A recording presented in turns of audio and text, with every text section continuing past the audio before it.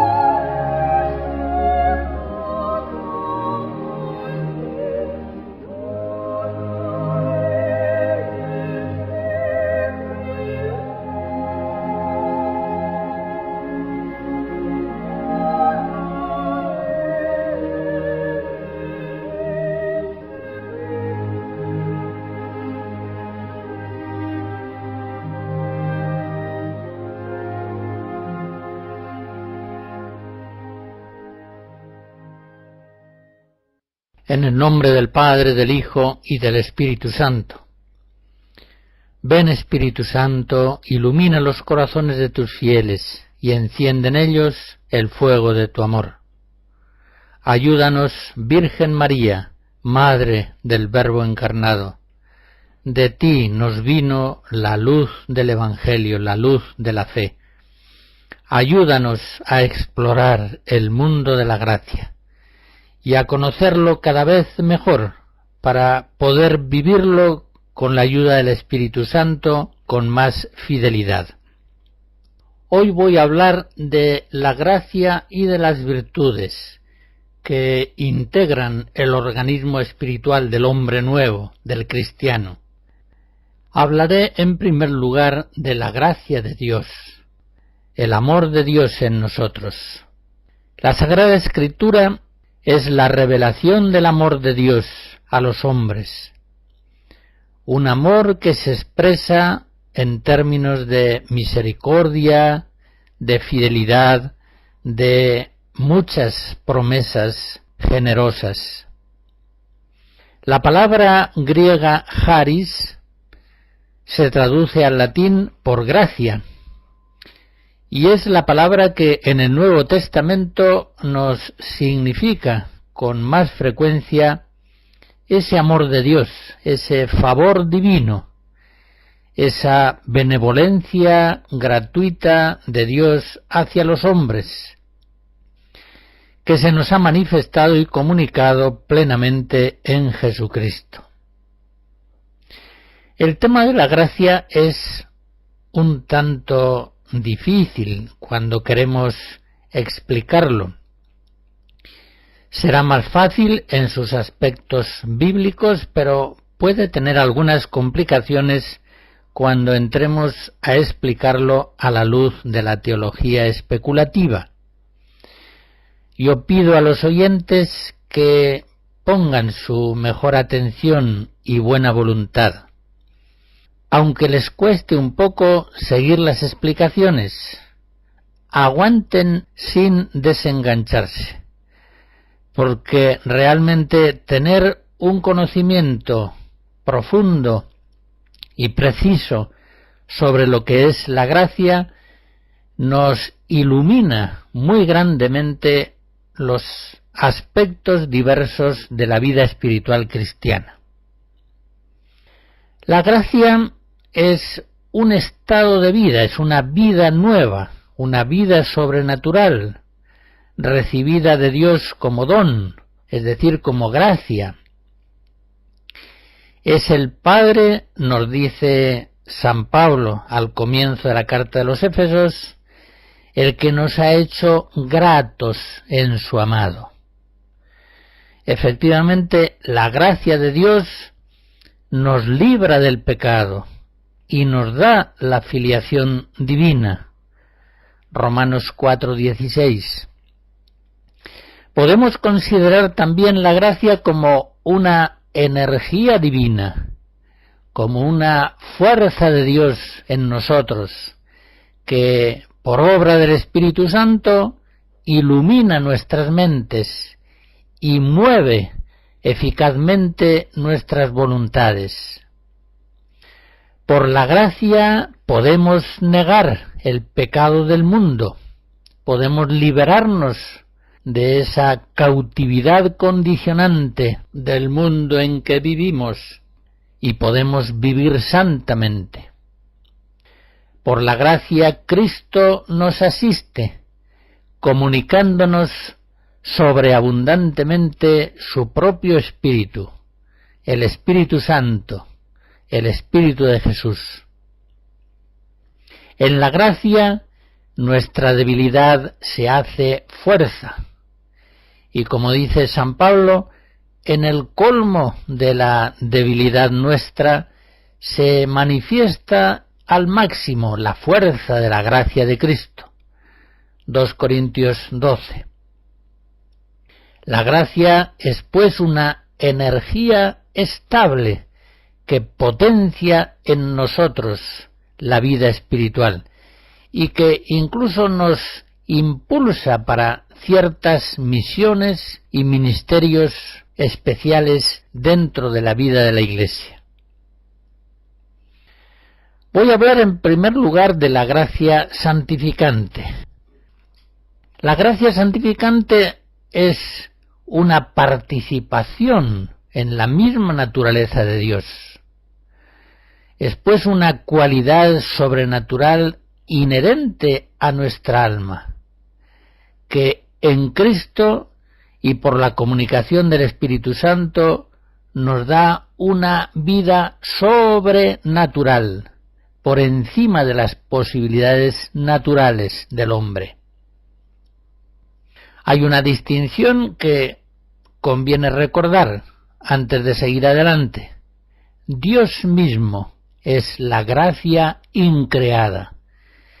Él es la gracia increada en cuanto que se nos comunica por amor y en cuanto que habita en nosotros como en un templo.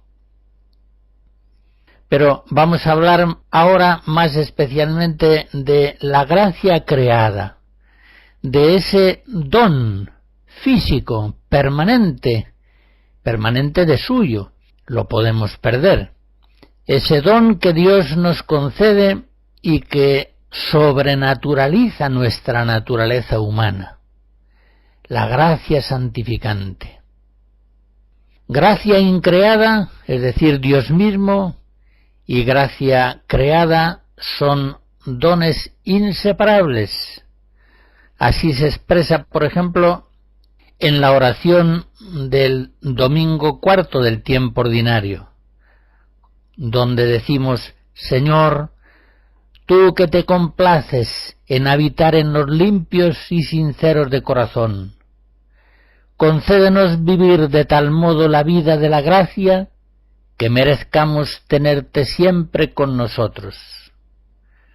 En esa oración litúrgica bellísima se nos está expresando como gracia increada la presencia de Dios en nosotros, y gracia creada que sobrenaturaliza y transforma nuestro ser, van siempre juntas.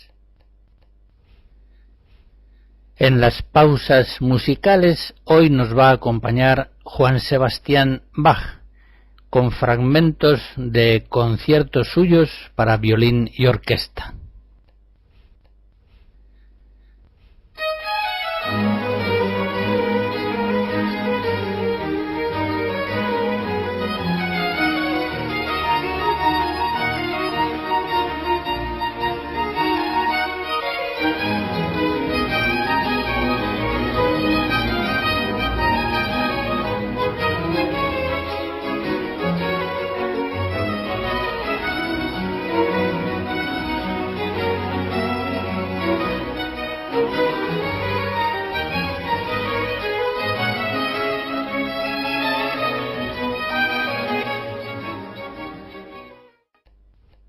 La gracia de Dios en nosotros es vida en Cristo.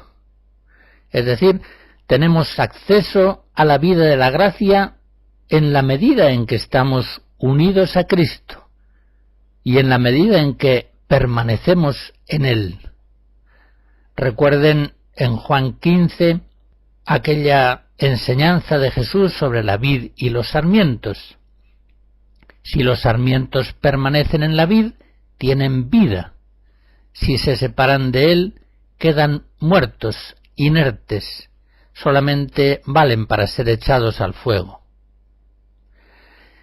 Cristo es pues para nosotros el autor de la gracia, la fuente continua de la vida sobrenatural en nosotros, y nos vivifica desde el Padre comunicándonos el Espíritu Santo. Cristo, en cuanto hombre, nos dice el Evangelio de San Juan en el capítulo 1, está lleno de gracia y de verdad, y de su plenitud todos recibimos. La gracia capital está en Cristo, y esa gracia fluye a todos los miembros de su cuerpo místico, vivificándolos con la vida sobrenatural, haciéndoles participar en la vida de Dios.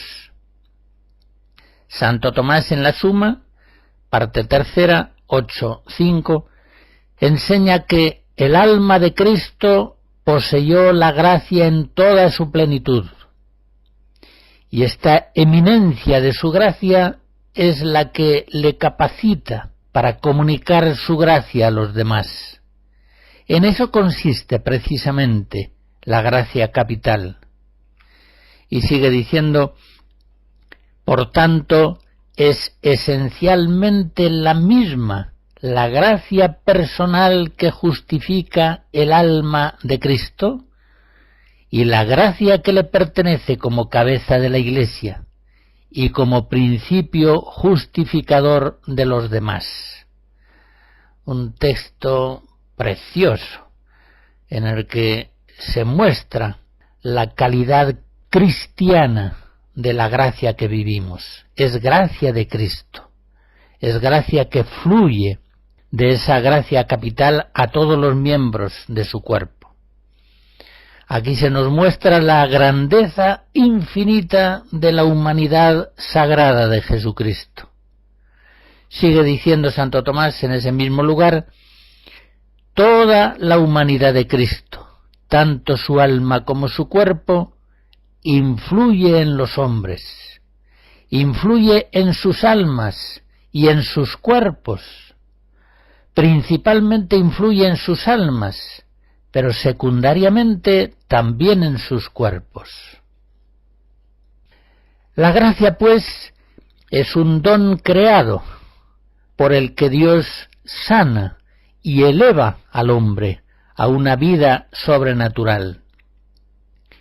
Digo, con la mejor tradición teológica, que la gracia es un don creado, sobrenaturalmente producido por Dios, distinto de las personas divinas que habitan en el justo. Esa distinción a la que hace un momento aludía al referirme a la gracia increada, que es Dios mismo, y a la gracia creada. Es una gracia sanante, es una gracia que cura al hombre del pecado y de las consecuencias terribles del pecado en su mente, en su voluntad, en su vida afectiva, incluso hasta en su cuerpo. La gracia es sanante, lo veremos una y otra vez desde distintas perspectivas. Pero es también una gracia elevante que lleva consigo un cambio cualitativo y ascendente en la naturaleza del hombre. La gracia elevante significa un paso de la vida meramente natural a la vida sobrenatural. Implica, pues, la vida de la gracia un cambio no sólo en el obrar del hombre, sino antes y también en su propio ser. La gracia santificante es, pues, inherente al alma. Nos transforma interiormente, hace de nosotros hombres nuevos. Por eso, a la luz de esta doctrina católica, aparece en toda su miseria la enseñanza de Lutero. Lutero enseñaba que el hombre pecador, al recibir la gracia de Cristo, recibía una justificación externa, una justificación meramente declarativa, como si el hombre continuase siendo pecador, pero se viera cubierto por el manto, por la capa de la misericordia de Cristo, y así fuese declarado justo ante Dios. Esa concepción luterana de el hombre al mismo tiempo pecador y justo, homo simul peccator et justus. Esa concepción no es verdadera, no tiene nada que ver con la fe de la Iglesia. Dios no declara a nadie justo sin hacerlo justo al mismo tiempo, pues su palabra Jesucristo es una palabra verdadera y eficaz para santificar al hombre.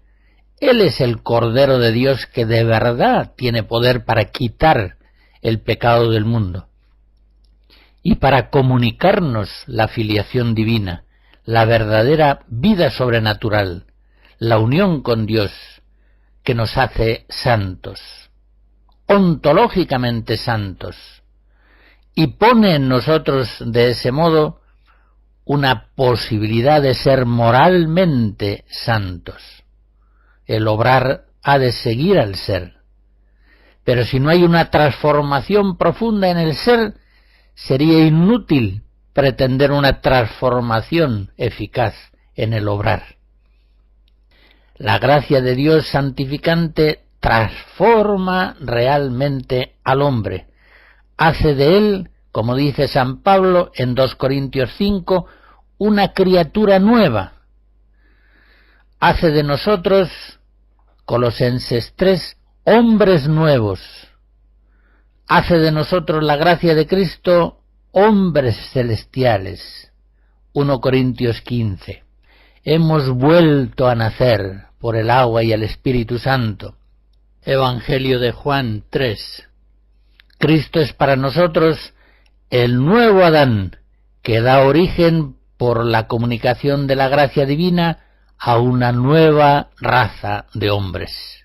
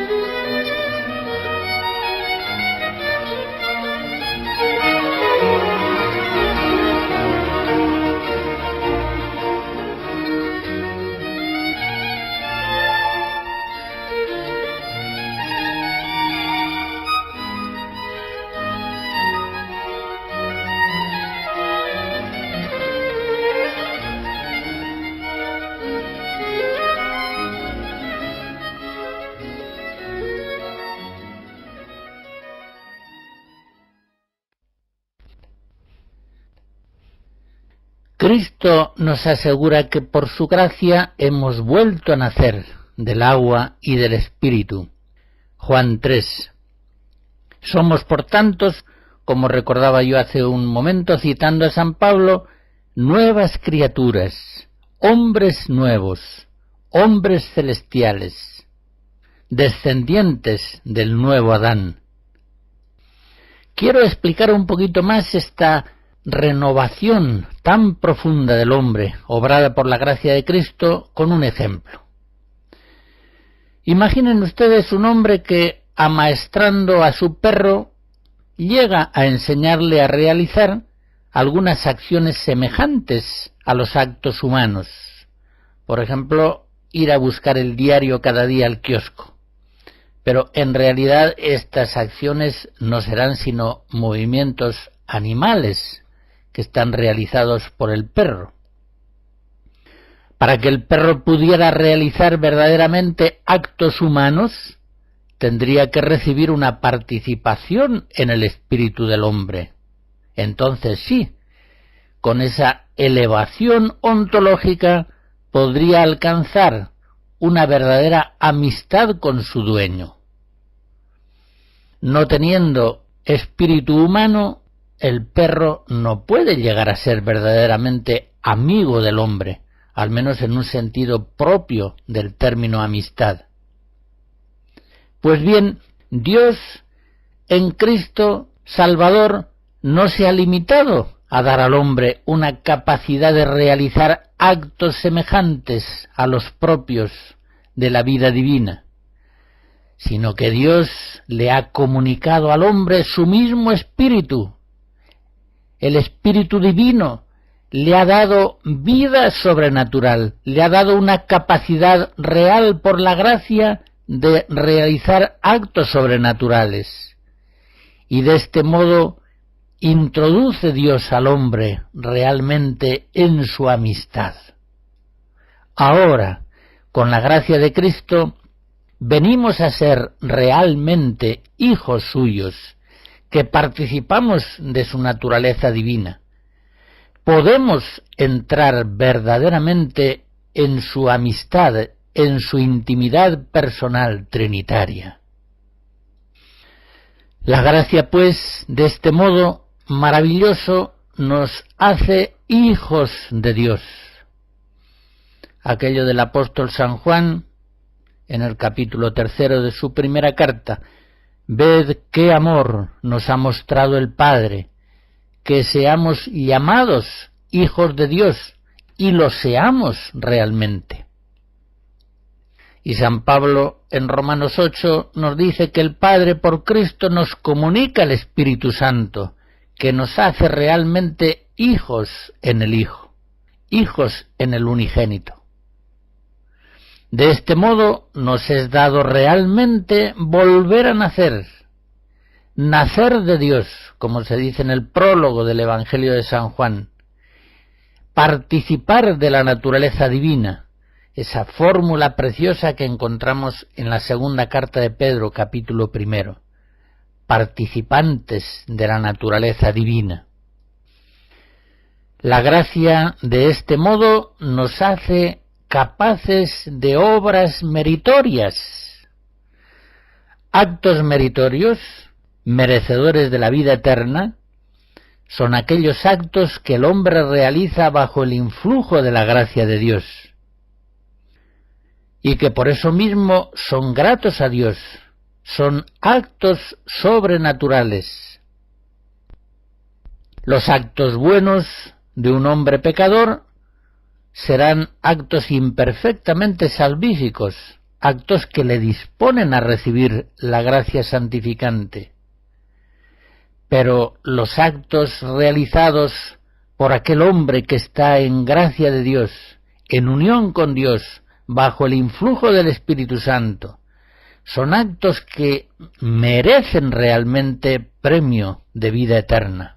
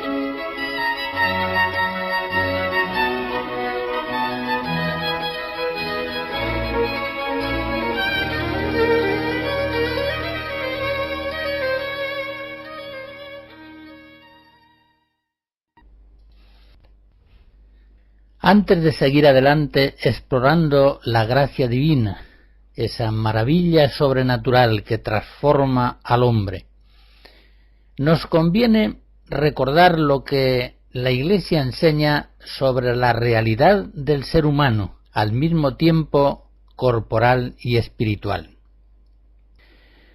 En el Catecismo de la Iglesia, en el número 362 y siguiente, se nos dice que la persona humana, creada a imagen de Dios, es un ser a la vez corporal y espiritual. El relato bíblico expresa esta realidad con un lenguaje simbólico, cuando afirma, en Génesis 2, que Dios formó al hombre con polvo del suelo e insufló en su nariz aliento de vida, y resultó así el hombre un ser viviente. A menudo, sigue diciendo el Catecismo, el término alma designa en la Sagrada Escritura la vida humana, o toda la persona humana, pero designa también lo que hay de más íntimo en el hombre y de más valor en él, aquello por lo cual es el hombre particularmente imagen de Dios. Alma, pues, significa el principio espiritual en el hombre. Y sigue diciendo el Catecismo, el cuerpo del hombre participa de la dignidad de la imagen de Dios. Es cuerpo humano precisamente porque está animado por el alma espiritual. Y es toda la persona humana la que está destinada a ser en el cuerpo de Cristo el templo del Espíritu Divino. Sigue enseñándonos la Iglesia en el Catecismo, esta vez en el número 365, que la unidad del alma y del cuerpo es tan profunda que se debe considerar al alma como la forma del cuerpo. Es decir, gracias al alma espiritual, la materia que integra el cuerpo es un cuerpo humano y viviente. En el hombre, pues, el espíritu y la materia no son dos naturalezas unidas, sino que su unión constituye una naturaleza única. Por otra parte, sigue enseñando el Catecismo en el número siguiente, 366, cada alma espiritual es directamente creada por Dios, no es producida por los padres, y es inmortal, no perece cuando se separa del cuerpo en la muerte, y se unirá de nuevo al cuerpo en la resurrección final. Con estas consideraciones no nos hemos alejado de nuestro estudio teológico del misterio de la gracia. Y es que, como enseña la Iglesia, la persona humana resulta de la unión sustancial del alma y del cuerpo. Y la gracia de Dios reviste, transforma al hombre principalmente en su alma, que no es ella inmediatamente operativa. El alma para obrar necesita las potencias, razón y voluntad. Es muy interesante comprobar cómo Santa Teresa, siendo una mujer sin letras, sin formación teológica especial, confirma que el alma es cosa diferente de las potencias y que no es todo una cosa. Esa frase es de Séptimas Moradas, capítulo 1. Santa Teresa dice que ella se da cuenta de que el alma es algo diferente de las potencias por las cuales obra.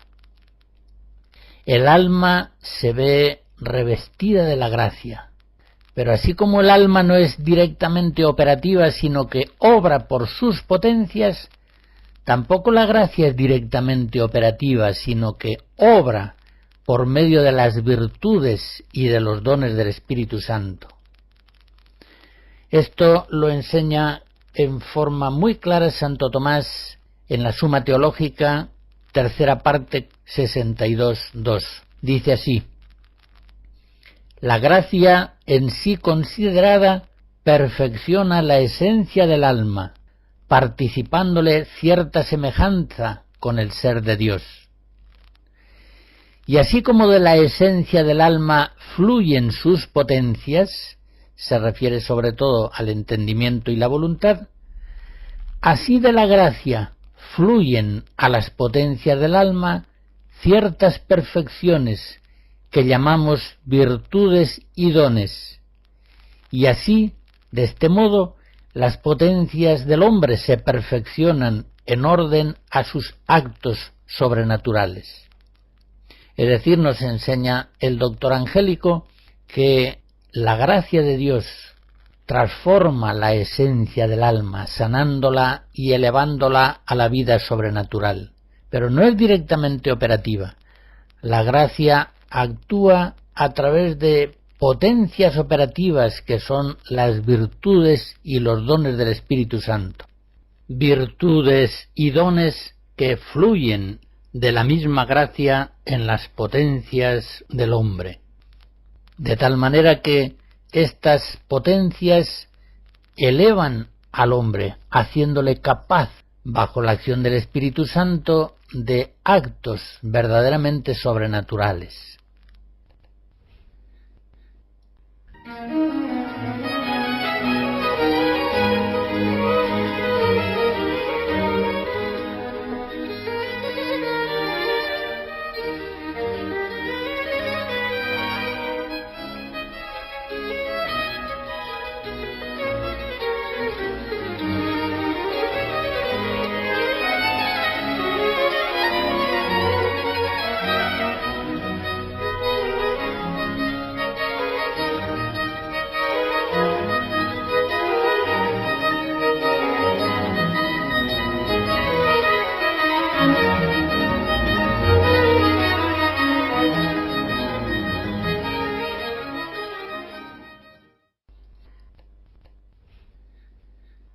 Las virtudes sobrenaturales son hábitos operativos, infundidos por la gracia de Dios en las potencias del alma, que las dispone a éstas a obrar según la fe y según la caridad.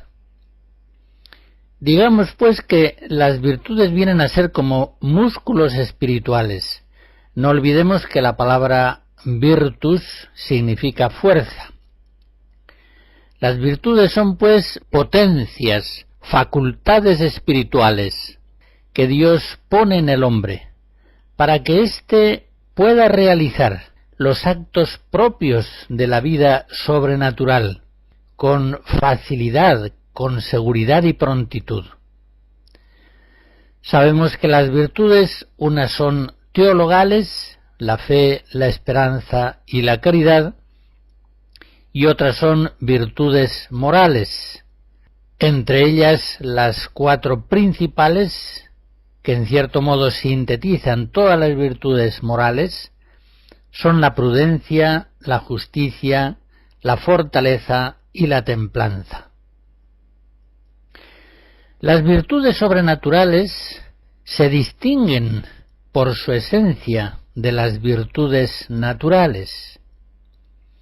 Las virtudes naturales pueden ser adquiridas por ejercicios meramente naturales, pero las virtudes sobrenaturales han de ser infundidas en las potencias del alma por la gracia de Dios. Pensemos, por ejemplo, en una virtud, la castidad. La virtud natural de la castidad difiere en su misma esencia de la castidad sobrenatural. Son distintas sus motivaciones, son distintos sus medios de conservación y desarrollo. Es otra su finalidad. La castidad cristiana tiene como motivación fundamental la inhabitación de la Santísima Trinidad en el alma, la condición de miembros del cuerpo místico de Jesucristo. Cuando San Pablo, por ejemplo, predica la castidad a los corintios, les dice que son miembros de Cristo, que sean de ello conscientes y que por eso mismo sean castos, que son templos de la Santísima Trinidad, que no profanen con la fornicación la santidad del templo. Unas son, pues, las virtudes naturales y otras, distintas, aunque coincidan en el mismo objeto, las virtudes sobrenaturales. Pensemos también, por ejemplo, en el amor al prójimo, una caridad meramente natural. Ha de ser mirada sin duda con todo respeto y simpatía, pero sin ignorar que es un amor débil, incompleto, que está sujeto en buena parte a la moda, a la inclinación variable del afecto, en fin, que es un amor grandemente deficitario. No puede compararse siquiera con la fuerza y la perseverancia de la caridad en cuanto virtud sobrenatural, infundida en el hombre por la gracia de Cristo. La caridad como virtud sobrenatural está explícitamente relacionada con el amor de Cristo, es decir, con la cruz. Es una participación en el mismo amor del corazón de Cristo. La caridad sobrenatural actúa bajo la acción potentísima del Espíritu Santo de Dios. Por tanto, del amor divino que une eternamente al Padre y al Hijo. La caridad cristiana, la caridad sobrenatural, es una virtud que hace posible la entrega de cientos, de miles de sacerdotes, religiosos, religiosas, que se consagran a Cristo para siempre y que han hecho de sus vidas una ofrenda permanente de amor a Dios y de amor a los hermanos, una ofrenda continua que puede durar 30, 40, 50 años hasta la muerte. La caridad sobrenatural es la que mantiene siempre unidos a los esposos cristianos en una unidad conyugal que las dificultades de la vida no quiebran, no debilitan, sino que con la gracia de Cristo van haciendo una unidad cada vez más profunda. La tradición católica, en catequesis, en colegios, en escuelas, en la educación familiar, pretende hacer hombres virtuosos, pretende una educación en las virtudes, fomentarlas, ayudarles a desarrollarse en los niños, en los adolescentes, en los jóvenes. En este sentido, no se puede sustituir una educación en las virtudes por una mera educación en valores. No basta con que los hombres lleguen al conocimiento y al aprecio de ciertos valores, si al mismo tiempo no son educados, no son ayudados a crecer en las virtudes que hacen posible vivir día a día esos valores en medio de las dificultades de la vida, en medio de las tentaciones. Hay que educar en virtudes, no se trata simplemente de educar en valores, aunque esta expresión, bien entendida, puede por supuesto incluir la educación en las virtudes. Pero mantengamos el lenguaje y el pensamiento tradicional de la Iglesia, que quiere hacer hombres virtuosos, que en la catequesis, en la escuela, en las universidades, en los conventos, en los seminarios, quiere hacer hombres virtuosos, hombres fuertes en todas las virtudes teologales y morales. Poco después del Concilio Vaticano II, en un discurso de Navidad de 1969, Pablo VI ponía en guardia respecto a un cierto humanismo que no pretende virtudes sobrenaturales, que incluso las desprecia, sino que se conforma con pretender unas virtudes meramente naturales. Y decía así en ese discurso: un humanismo verdadero sin Cristo no existe. Y nosotros suplicamos a Dios y os rogamos a todos vosotros, hombres de nuestro tiempo, que os ahorréis la experiencia fatal de un humanismo sin Cristo. Sería suficiente una simple reflexión sobre la experiencia histórica de ayer y de hoy para convenceros de que las virtudes humanas desarrolladas sin el carisma cristiano pueden degenerar en los vicios que las contradicen. El hombre que se hace gigante sin la animación espiritual cristiana se derrumba por su propio peso. Carece de la fuerza moral que le hace hombre de verdad. Carece de la capacidad de juzgar y discernir acerca de la jerarquía de valores. Carece de razones trascendentales que motiven de un modo estable el ejercicio de estas virtudes. Y carece, en definitiva, de la verdadera conciencia de sí mismo, de la vida, de sus porqués y de su destino final.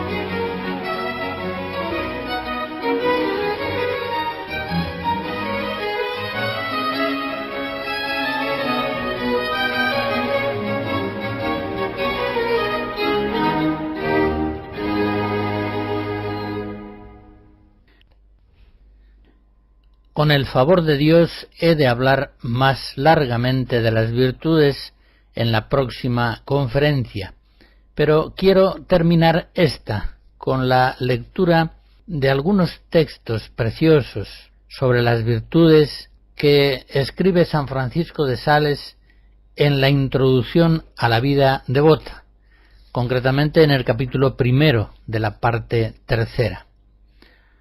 Allá nos dice este gran doctor de la Iglesia que el justo es como el árbol que está plantado sobre la corriente de las aguas y que da su fruto a su tiempo, por cuanto la caridad, regando un alma, produce en ella las obras virtuosas, cada una en su sazón. Hay virtudes cuyo uso ha de ser casi universal. Otras, en cambio, han de ejercitarse cuando se da la ocasión. No siempre se ofrece ocasión a un cristiano de practicar la fuerza, la magnanimidad, la magnificencia.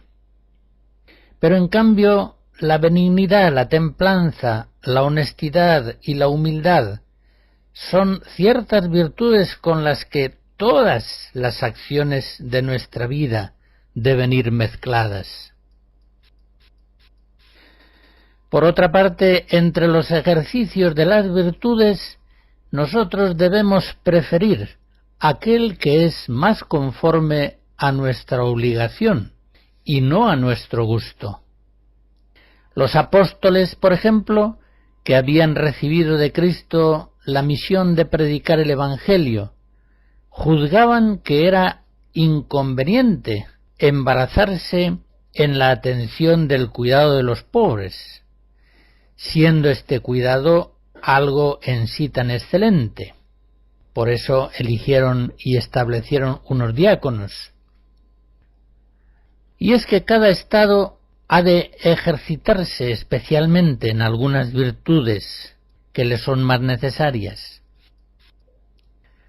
Por otra parte, entre las virtudes que no miran a nuestra obligación particular, nosotros debemos preferir siempre las más excelentes y no las más aparentes. Nosotros debemos escoger las mejores virtudes y no las más estimadas. Tengamos también en cuenta que cuando nos sentimos combatidos especialmente por algún vicio, nos conviene abrazar la práctica de las virtudes que le son más contrarias, porque por este medio venceremos nuestro enemigo y no dejaremos de adelantarnos en todas las virtudes. Si yo me siento, por ejemplo, combatido por la soberbia o la cólera, conviene que en toda ocasión me incline y vuelva al lado de la humildad y de la afabilidad, encaminando a este fin todos los demás ejercicios como la oración, los sacramentos, la prudencia, la perseverancia, la templanza. De este modo, el hombre virtuoso, habiendo emprendido el perfeccionarse en la virtud de que tiene más necesidad para vencer sus vicios, la debe fortalecer con el ejercicio de todas las demás virtudes. Cuánta sabiduría del Espíritu Santo hay en estas enseñanzas de San Francisco de Sales. Él nos ha recordado que hemos de dar una primacía a las virtudes más universales: la paciencia, la conformidad con la voluntad divina, el abandono en la divina providencia, la humildad, la benignidad, mientras que hay otras que solamente serán ejercitadas cuando surja la ocasión que las requiere. También nos ha dicho que hemos de dar una primacía a las virtudes que vienen exigidas por nuestra propia vocación. Cuantas veces nos ejercitamos en otras virtudes que son más de nuestro gusto, abandonando o descuidando aquellas virtudes que debemos ejercitarnos por la misión, por la vocación que hemos recibido de Dios. Nos ha dicho también que en principio hemos de preferir siempre las virtudes más excelentes, las virtudes más altas y mejores, y no atender especialmente a el ejercicio de aquellas otras que son más estimadas por la gente, que son más brillantes. Por último, nos ha recomendado que si estamos tentados de algún vicio, debido a nuestro carácter o a las circunstancias de vida en que nos hallamos, hemos de ejercitarnos muy especialmente en las virtudes más contrarias a ese vicio. Leo para terminar algunas observaciones que San Francisco de Sales hace sobre aquellos que valoran muy especialmente los carismas espirituales más extraordinarios, descuidando el ejercicio de las virtudes más necesarias, que a veces son las más humildes. Dice así en ese mismo lugar de la introducción a la vida devota: hay ciertas cosas que muchos tienen por virtudes y que realmente no lo son. Me refiero a los éxtasis, elevaciones y otras tales perfecciones de las cuales hablan a veces ciertos libros que prometen levantar el alma hasta la contemplación pura intelectual. Pero ¿no ves tú que estas perfecciones propiamente no son virtudes? Son premios que Dios da a veces por las virtudes, o, por mejor decirlo, son vislumbres de las felicidades de la vida futura, que a veces se le figuran al hombre para hacerle desear los eternos bienes del paraíso.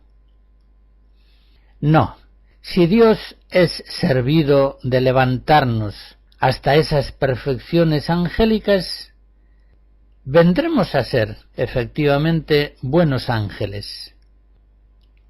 Pero mientras las esperamos, ejercitémonos simple, humilde y devotamente en las pequeñas virtudes, como la paciencia, la mansedumbre, la mortificación de corazón, la humildad, la obediencia, la pobreza, la castidad, la benignidad para con el prójimo, el llevar con paciencia sus imperfecciones, la diligencia y el santo fervor en las cosas del servicio divino.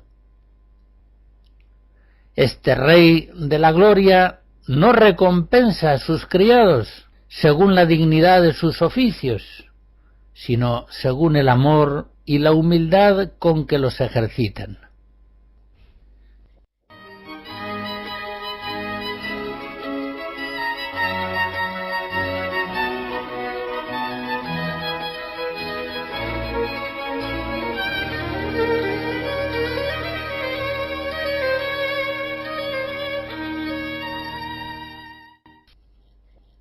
El Señor, por obra del Espíritu Santo, con la asistencia de su gracia, nos ayude a realizar estas exhortaciones de San Francisco de Sales, de tal modo que, creciendo más y más en las virtudes, crezcamos más y más en nuestra configuración a Jesucristo. La bendición de Dios Todopoderoso, Padre, Hijo y Espíritu Santo, descienda sobre ustedes y les guarde siempre. Amén.